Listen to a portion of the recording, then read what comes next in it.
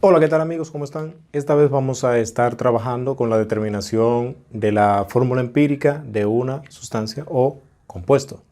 Y tenemos que saber que este método o estos métodos de determinar fórmula empírica se utiliza para saber qué compuesto es, por ejemplo, que poseemos. Y normalmente, en muchas ocasiones, lo que se hace es que si la sustancia sabemos que es orgánica, la llevamos a combustión. Y ya cuando está en combustión va a liberar dióxido de carbono y agua. Bien, tenemos el siguiente ejemplo. Dice, el análisis de un compuesto arrojó la siguiente composición. De potasio, un 26.57%, de cromo, un 35.36% y de oxígeno, un 38.07%. Entonces, la sustancia está compuesta por dos metales y oxígeno. Entonces, si hacemos uso de la parte de nomenclatura, podemos predecir que esto es, o sea, se trata de una sal. Sería de esta forma, pero nosotros no conocemos el subíndice o la cantidad de átomos del potasio, que la vamos a llamar X, del cromo tampoco la conocemos, ni tampoco la del oxígeno. Y esos subíndices que están aquí son los que tenemos que encontrar para poder determinar cuál es la fórmula empírica. Con las composiciones yo puedo determinar cuál es la masa de cada quien, porque yo puedo asumir la masa que yo quiera, porque esa composición no depende de la masa. O sea, esa composición me va a dar la masa, pero no depende de la masa, sino que depende del peso molecular o de la masa molar. Ese porcentaje que tenemos ahí es el porcentaje de cada uno dentro de la molécula, pero no está relacionada con la masa. Pero podemos utilizar ese porcentaje para encontrar o para tener una masa. Porque para poder encontrar el número de átomos necesitamos encontrar el número de moles.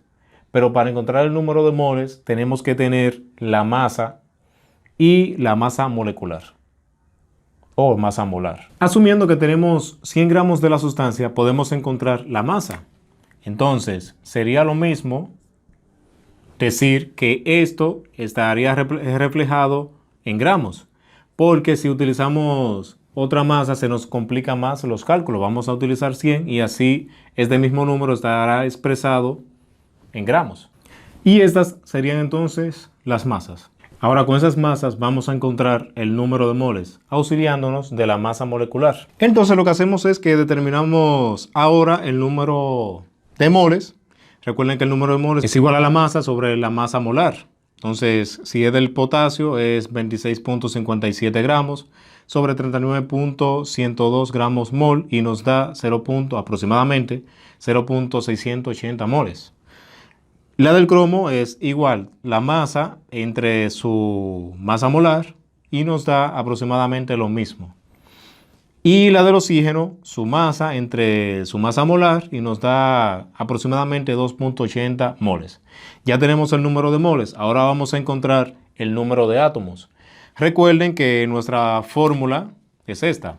Necesitamos encontrar a X, Y y Z. Tienes que dividir cada uno de los números de moles de cada sustancia entre el menor número de moles. Si hacemos la comparación, el menor es 0.680. O sea que yo voy a dividir el número de moles del potasio entre su mismo número de moles. Y sería igual a 0.680. Vamos a omitir la unidad. Entre 0.680 y nos da igual a 1. Ahora, ¿cómo sería el del cromo? Entonces, la cantidad de átomos del cromo va a ser igual al número de moles del cromo sobre el número de moles del potasio. Igual, lo mismo. Ahora vamos a encontrar los de oxígeno. Vamos a dividir 2.80 entre 0.680, dando un valor de 3.5. Entonces, ahora tenemos un problema. Yo no puedo poner números decimales como número de átomos acá, como subíndice. Entonces, hay una regla que te dice que cuando pasa eso, tú vas a multiplicar por un número que cuando lo multipliques por ese número te dé un número entero.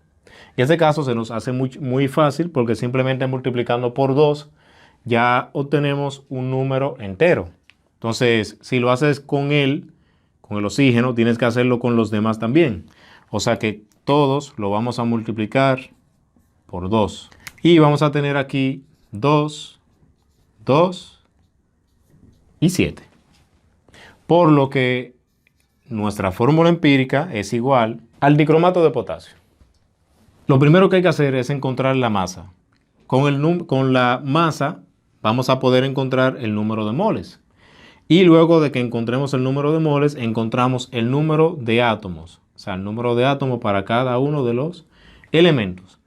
Y cuando ocurre esto, simplemente lo multiplicamos por un número que cuando lo hagamos nos dé un número entero.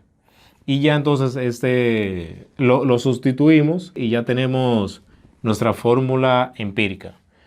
Si te piden encontrar la fórmula molecular es n veces la fórmula empírica. Quiere decir que la fórmula molecular o es igual a la fórmula empírica o es mayor que la fórmula empírica, pero nunca será menor, porque la fórmula empírica contiene la cantidad de átomos no real, pero la cantidad real de átomos reales la tiene la fórmula molecular.